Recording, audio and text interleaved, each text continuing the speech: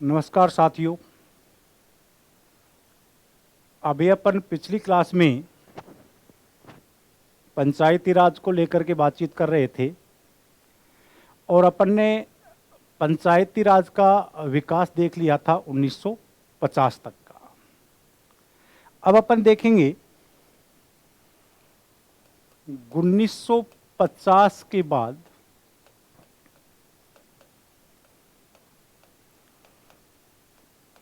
पंचायती राज का विकास।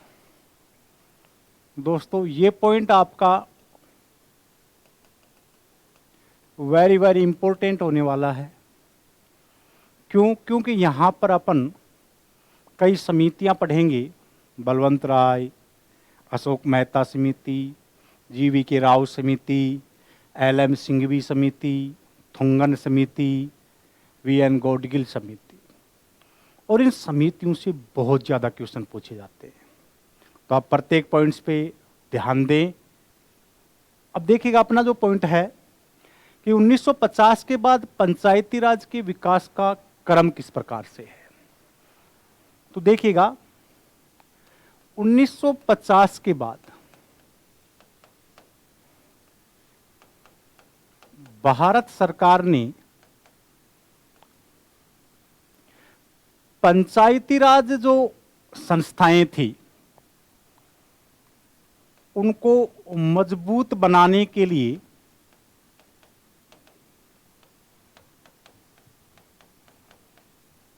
कुछ कार्यक्रम चलाए थे, जिसमें पहला कार्यक्रम है सामुदायिक विकास कार्यक्रम। और दोस्तों, सामुदायिक विकास कार्यक्रम है, ये चलाया गया था 2 अक्टूबर 1952 को। ध्यान रखिएगा कि सामुदायिक विकास कार्यक्रम कब चलाया गया था।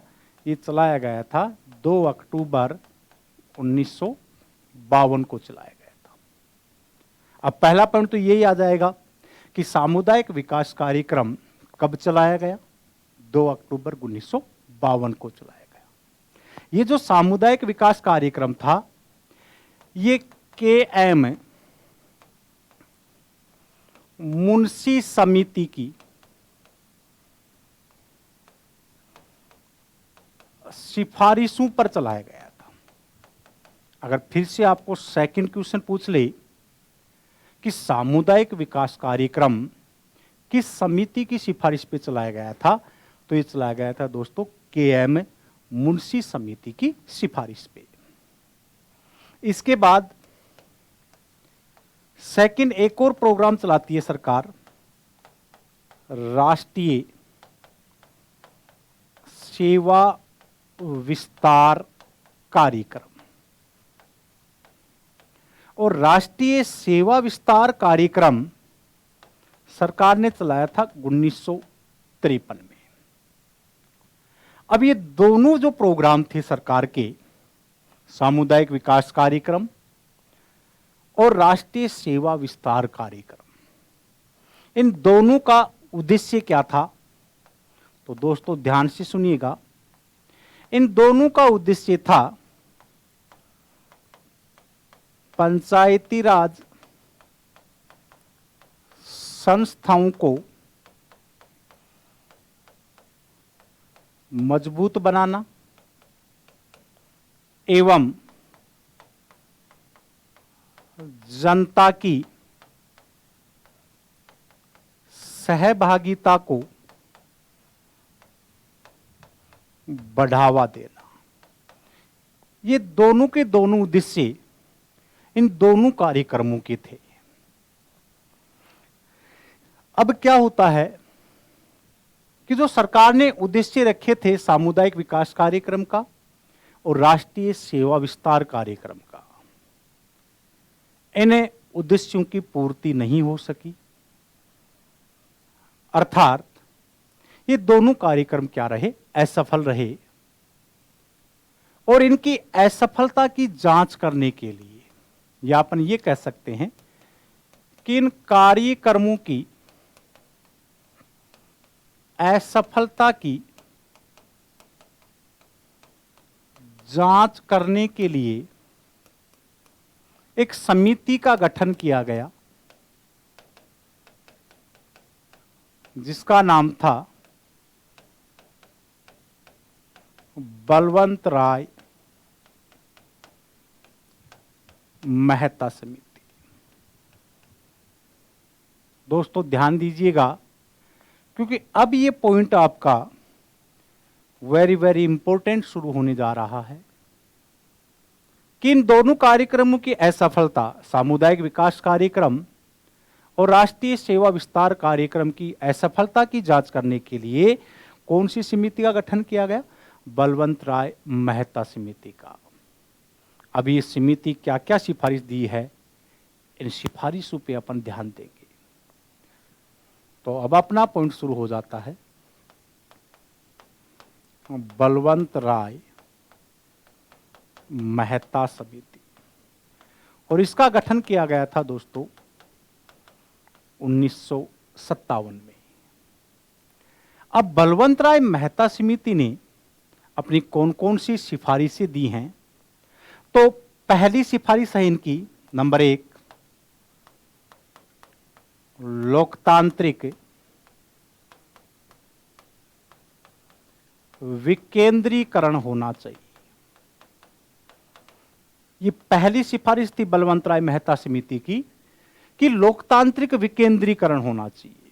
जो मैंने अभी स्थानीय स्वशासन का अर्थ बताया था आपको, उसमें मैंने ये बताया था कि स्थानीय स्वशासन का अर्थ है लोकतांत्रिक विकेंद्रीकरण।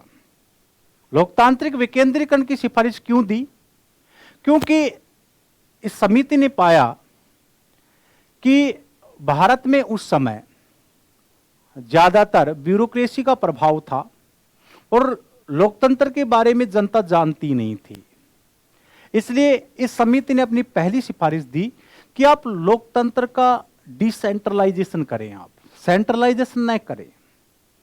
लोकतंत्र का ऐसा विकास करें कि ग्रामीण जनता उसमें भागीदार बन सके, और जब ग्रामीण जनता भागीदार बनेगी तो लोकतंत्र अपने आप में सुदृढ़ हो जाएगा। अब दोस्तों यहां से जो इंपॉर्टेंट क्वेश्चन निकलता है वो नेक्स्ट पॉइंट सुनिएगा। यहां से इंपॉर्टेंट क्वेश्चन ये निकलता है कि भारत में लोकतांत्रिक विकेंद्रीकरण का जनक किसे कहा जाता है? तो ध्यान रखिएगा दोस्तों, भारत में लोकतांत्रिक विकेंद्रीकरण का जनक बलवंत राय मेहता को कहा जाता है। क्लियर दोस्तों, पहली सिफारिश। दूसरी सिफारिश ये भी वेरी वेरी इंपॉर्टेंट है, और दूसरी सिफारिश में मेहता समिति कहती है कि त्रिस्तरीय पंचायती राज व्यवस्था होनी चाहिए। कितना स्तरीय पंचायती राज व्यवस्था? दोस्तों फिर सुन लीजिएगा, त्रिस्तरीय पंचायती राज व्यवस्था। और 3 स्तर शासन के कौन कौन से बता रहा है, ध्यान रखिएगा दोस्तों, वेरी वेरी इंपॉर्टेंट, कि सबसे पहला स्तर है ग्राम स्तर, और ग्राम स्तर पर ग्राम पंचायत की स्थापना होनी चाहिए। फिर दूसरा स्तर है ब्लॉक स्तर, या अपन इसको कह सकते हैं खंड स्तर, और ब्लॉक स्तर या खंड स्तर पे होनी चाहिए पंचायत समिति। और तीसरा स्तर बता रहा है ये जिला स्तर, और जिला स्तर पर इसने कहा कि जिला परिषद होनी चाहिए। ये थी बलवंत राय मेहता समिति की दूसरी सिफारिश कि कितना स्तरीय पंचायती राज व्यवस्था होना चाहिए, त्रिस्तरीय। और 3 स्तर कौन कौन से हैं? पहला है ग्राम स्तर, ग्राम स्तर पर ग्राम पंचायत होनी चाहिए। दूसरा है ब्लॉक ओब्लिक खंड स्तर, इस पर पंचायत समिति होनी चाहिए। और तीसरा स्तर है जिला स्तर, और जिला स्तर पर जिला परिषद होनी चाहिए। 2 सिफारिश। इसके बाद जो तीसरी सिफारिश दी है बलवंत राय मेहता ने, तीसरी सिफारिश दी है दोस्तों कि जो ब्लॉक स्तर पर पंचायत समिति है, इस पंचायत समिति को मुख्य कार्यकारी निकाय बनाया जाना चाहिए। यह दोस्तों इंपॉर्टेंट कि बलवंत राय मेहता ने सबसे अधिक महत्व किस स्तर को दिया था, तो बलवंत राय मेहता ने सबसे महत्वपूर्ण स्तर इन 3 स्तरों में कहा था पंचायत समिति स्तर। और पंचायत समिति स्तर को इसने कहा कि मुख्य कार्यकारी निकाय बनाया जाना चाहिए। इसके बाद में चौथी सिफारिश दी कि महिलाओं को स्थानीय स्वशासन या पंचायती राज व्यवस्था में आरक्षण दिया जाना चाहिए। यह सिफारिश थी दोस्तों बलवंत राय मेहता की। दोबारा सुन लीजिएगा कि बलवंत राय मेहता समिति का गठन कब किया गया? 1957 में किया गया। बलवंत राय मेहता समिति की पहली सिफारिश क्या थी? पहली सिफारिश थी लोकतांत्रिक विकेंद्रीकरण किया जाना चाहिए। दूसरा, यहीं से इंपॉर्टेंट क्वेश्चन कि भारत में लोकतांत्रिक विकेंद्रीकरण का जनक किसे कहा जाता है? तो यह जनक कहा जाता है बलवंत राय मेहता को। दूसरा, त्रिस्तरीय पंचायती राज व्यवस्था होनी चाहिए। कितना स्तरीय होनी चाहिए? त्रिस्तरीय। और 3 स्तर कौन कौन से बताए हैं? तो दोस्तों ये ध्यान रखिएगा कि त्रिस्तरीय पंचायती राज व्यवस्था में पहला जो निचला स्तर है वो ग्राम स्तर है, गांव। और ग्राम स्तर पे ग्राम पंचायत होनी चाहिए। फिर अपन कह सकते हैं दूसरा स्तर खंड स्तर या ब्लॉक स्तर या मध्यवर्ती स्तर, और यहां पंचायत समिति का गठन होना चाहिए। और तीसरा है जिला स्तर, जिला स्तर पर जिला परिषद होनी चाहिए। अब तीसरा जो इंपॉर्टेंट क्वेश्चन निकलता है वो तीसरा ये निकलता है कि बलवंत राय मेहता समिति ने इन जो 3 स्तर बताए हैं, इन 3 स्तरों में सबसे ज्यादा महत्व कौन से स्तर को देता है? तो याद रखिएगा ब्लॉक स्तर पे जो पंचायत समिति का स्तर है, इस पंचायत समिति स्तर को बलवंत राय मेहता समिति के द्वारा कहा गया कि इसे मुख्य कार्यकारी निकाय बनाया जाना चाहिए। और चौथा, इसने एक और सिफारिश दी कि महिलाओं को आरक्षण दिया जाना चाहिए। ये दोस्तों ये सिफारिश वेरी वेरी इंपॉर्टेंट, और कम से कम 2 सिफारिश तो आपको याद होनी चाहिए। एक तो त्रिस्तरीय पंचायती राज वाली और एक लोकतांत्रिक विकेंद्रीकरण वाली। अब बलवंत राय मेहता समिति ने जो सिफारिश दी, इन सिफारिशों को 1958 में राष्ट्रीय विकास परिषद ने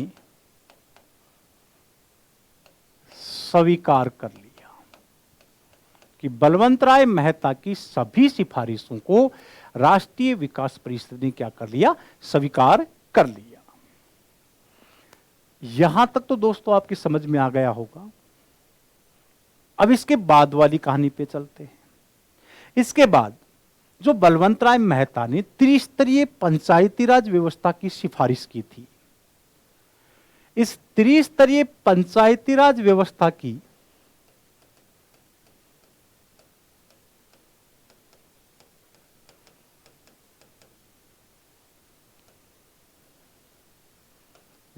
की शुरुआत कब की गई थी? इसकी शुरुआत की गई थी दोस्तों 2 अक्टूबर 1959 को। और 2 अक्टूबर 1959 को कहां पर शुरुआत की गई थी? तो याद रखिएगा, राजस्थान। और राजस्थान का एक जिला है नागौर, और नागौर जिले का एक खंड स्तर है बगदरी गांव। वहां पहली बार पूरे भारत में त्रिस्तरीय पंचायती राज व्यवस्था की क्या की गई? शुरुआत। तो दोस्तों यहां से भी बहुत इंपॉर्टेंट क्वेश्चन निकलता है कि जो बलवंतराय मेहता समिति ने त्रिस्तरीय पंचायती राज व्यवस्था की सिफारिश की थी, इसको भारत में पहली बार कब लागू किया गया? 2 अक्टूबर 1959 को लागू किया गया। सबसे पहले कौन से राज्य में लागू किया गया? राजस्थान में लागू किया गया। राजस्थान के किस जिले में? नागौर। और कौन से गांव में? बगदरी गांव से शुरुआत हुई। ये तो था राजस्थान पहला राज्य। इसके बाद में है कि आंध्र प्रदेश त्रिस्तरीय पंचायती राज व्यवस्था को शुरू करने वाला भारत का दूसरा राज्य था। और आंध्र प्रदेश ने त्रिस्तरीय पंचायती राज व्यवस्था कब शुरू की? तो ये शुरू की दोस्तों 11 अक्टूबर 1959 को। तो ये दोनों फैक्ट वेरी वेरी इंपॉर्टेंट कि त्रिस्तरीय पंचायती राज व्यवस्था को शुरू करने वाला पहला राज्य पूरे भारत में कौन सा था? राजस्थान। और राजस्थान के नागौर के बगदरी गांव में इसकी शुरुआत हुई था। इसके बाद में त्रिस्तरीय पंचायती राज व्यवस्था को शुरू करने वाला दूसरा राज्य कौन सा था? आंध्र प्रदेश। और आंध्र प्रदेश में त्रिस्तरीय पंचायती राज व्यवस्था की शुरुआत कब की गई? तो याद रखिएगा 11 अक्टूबर 1959 को। क्लियर दोस्तों? इसके बाद में 1960 के बाद, यानी 1960 के बाद जो दशक आया, या अपन ये कह सकते हैं कि 1960 से लेकर के 1976 तक। तो 1960 के बाद अर्थात 1976 तक, ये जो 15-16 साल का एक टाइम पीरियड आया, इस टाइम पीरियड में पंचायती राज व्यवस्था पे कोई ध्यान नहीं दिया गया।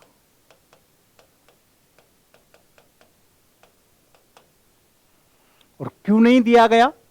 इसके पीछे दोस्तों कई कारण थे। क्योंकि भारत में 15-16 साल का जो समय आया था, ये बिल्कुल संकट भरा था। किस प्रकार से कि 1962 में भारत चीन का युद्ध हो गया। 1965 में भारत पाक युद्ध हो गया। 1966 में खाद्यान्न संकट आ गया। इसके बाद में इंदिरा गांधी की सरकार आ गई 66 में। और आपको पता है कि इंदिरा गांधी थी, वो विकेंद्रीकरण पर ध्यान न देकर के केंद्रीकरण पे ध्यान देती थी। उसका मकसद था कि केंद्र ही शक्तिमान होना चाहिए। तो 1966 में इंदिरा सरकार आ गई और इंदिरा सरकार ने पंचायती राज संस्थाओं पे कोई ध्यान नहीं दिया। इसके बाद में 1974 में परमाणु परीक्षण। इससे पहले की बात करूं तो 71 में फिर हो गया भारत पाक युद्ध। इसके बाद आपको पता ही है आपातकाल। अब ऐसी जब परिस्थितियां सामने आई भारत में, तो आपको पता है संकट में कहीं भी लोगों को ध्यान नहीं आया पंचायती राज कि जो अपन ने 2 अक्टूबर 1959 को त्रिस्तरीय पंचायती राज व्यवस्था शुरू की थी। 11 अक्टूबर को आंध्र प्रदेश दूसरा राज्य था। यहां तक तो प्रोग्राम ठीक चला था, लेकिन 60 से लेकर के और 76 तक वाले मामले में कोई ध्यान नहीं दिया गया और इसके बीच में सारे के सारे भारत में क्या है, संकट आए। अब जैसे ही आपातकाल लगा और आपातकाल लगा तो आपको पता है इंदिरा हटाओ के नारे दिए गए। जयप्रकाश नारायण के नेतृत्व में संपूर्ण क्रांति का नारा दिया गया। इंदिरा हटाओ के नारे लगे, इंदिरा हटाओ देश बचाओ, और फलस्वरूप चुनाव हुए और इंदिरा सत्ता से चली गई। अब 1977 में दोस्तों केंद्र से इंदिरा गांधी की सरकार जाने के बाद, यानी कांग्रेस की सत्ता जाने के बाद जनता सरकार का गठन होता है।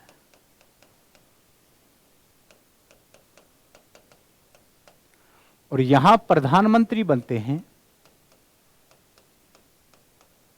मोरारजी देसाई। और जैसे मोरारजी देसाई प्रधानमंत्री बने वैसे ही उन्हें दोबारा पंचायती राज याद आ गया। क्या नेहरू जी ने पंचायती राज व्यवस्था को शुरू किया था और इन्हें 1960 के बाद अपने सारे पंचायती राज को क्या कर दिया, भुला दिया। तो उन्होंने पंचायती राज संस्थाओं के लिए फिर एक समिति का गठन किया जिसका नाम था दोस्तों अशोक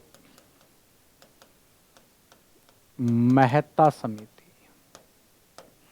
और अशोक मेहता समिति का गठन कब किया गया? तो दोस्तों ये गठन किया गया 1977 में। अब देखो यहां से कुछ इंपॉर्टेंट क्वेश्चन निकलते हैं दोस्तों। पहला कि अशोक मेहता समिति का गठन कब किया गया? 1977 में किया गया। दूसरा, अशोक मेहता समिति का गठन किस सरकार के द्वारा किया गया था? जनता सरकार के द्वारा। किस प्रधानमंत्री के काल में किया गया? मोरारजी देसाई के काल में। अब जो दोस्तों दूसरी समिति है अशोक मेहता समिति, अब इस अशोक मेहता समिति ने क्या सिफारिशें दी हैं दोस्तों? Very very important. तो अब अपन सेकंड समिति देख रहे हैं, अशोक मेहता समिति। और अशोक मेहता समिति ने क्या क्या सिफारिश दी है देखिएगा। पहली सिफारिश है द्विस्तरीय पंचायती राज व्यवस्था होनी चाहिए। दोस्तों वेरी वेरी इंपॉर्टेंट। देखिएगा मैं यहां से तुलना करना चाहूंगा बलवंत राय मेहता समिति के साथ। बलवंत राय मेहता समिति ने क्या कहा था कि त्रिस्तरीय पंचायती राज व्यवस्था होनी चाहिए, लेकिन अशोक मेहता समिति ने पहली सिफारिश दी कि त्रिस्तरीय नहीं भाई साहब, द्विस्तरीय पंचायती राज व्यवस्था होनी चाहिए, अर्थात 2 स्तर होने चाहिए। और 2 स्तर कौन कौन से होने चाहिए देखिएगा। 2 स्तर बताए इन्होंने। एक तो बताया मंडल पंचायत,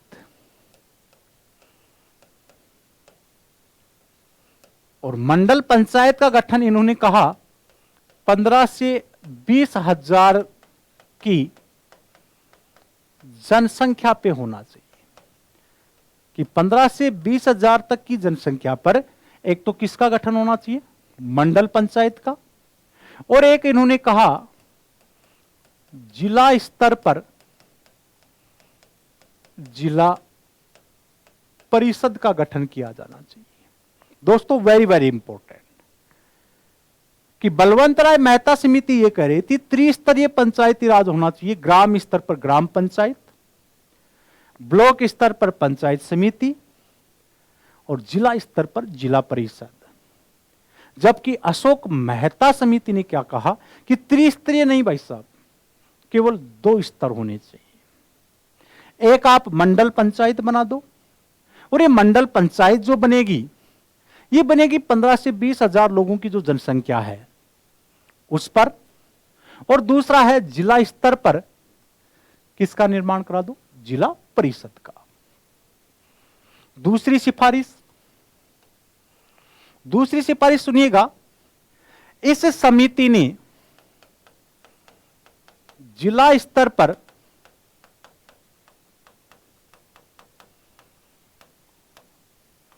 जिला परिषद को मुख्य कार्यकारी निकाय बनाए जाने की सिफारिश की। देखिएगा दोस्तों, ये सेकंड अंतर आ गया।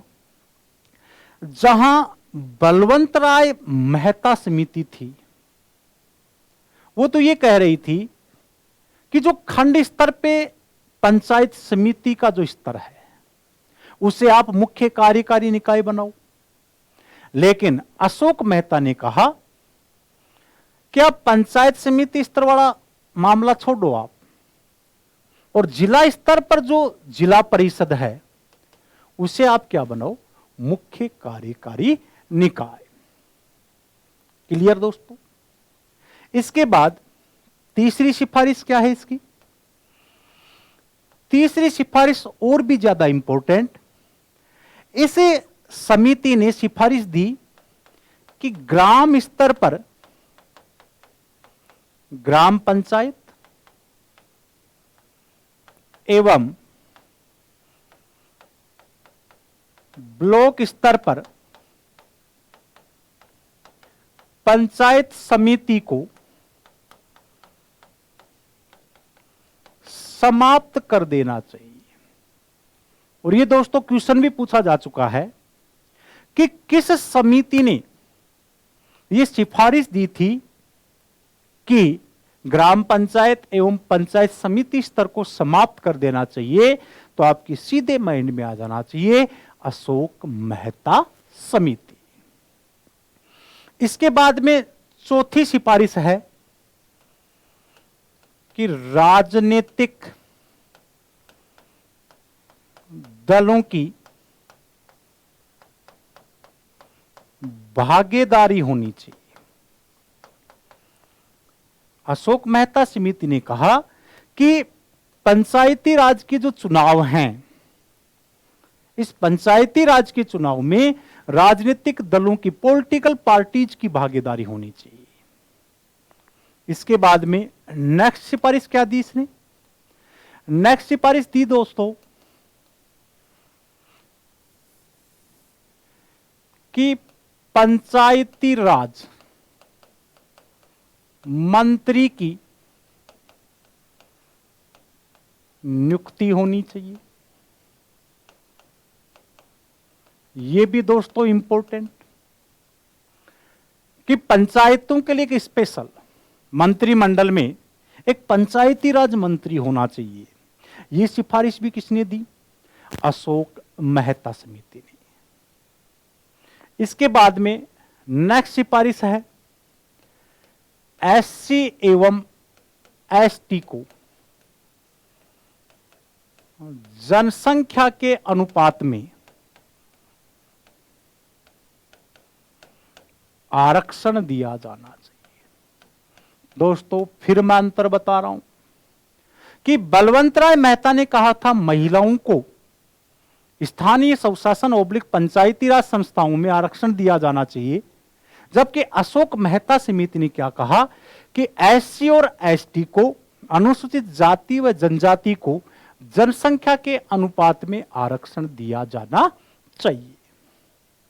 और दोस्तों सातवीं सिफारिश वेरी वेरी इंपॉर्टेंट कि पंचायती राज संस्थाओं को संवैधानिक दर्जा दिया जाना चाहिए। दोस्तों यदि आपके कंफ्यूज हो तो मैं बता देता हूं कि पंचायती राज संस्थाओं को संवैधानिक दर्जा देने की पहली बार सिफारिश किस समिति ने की थी? तो याद रखिएगा दोस्तों, अशोक मेहता समिति ने की थी पहली बार।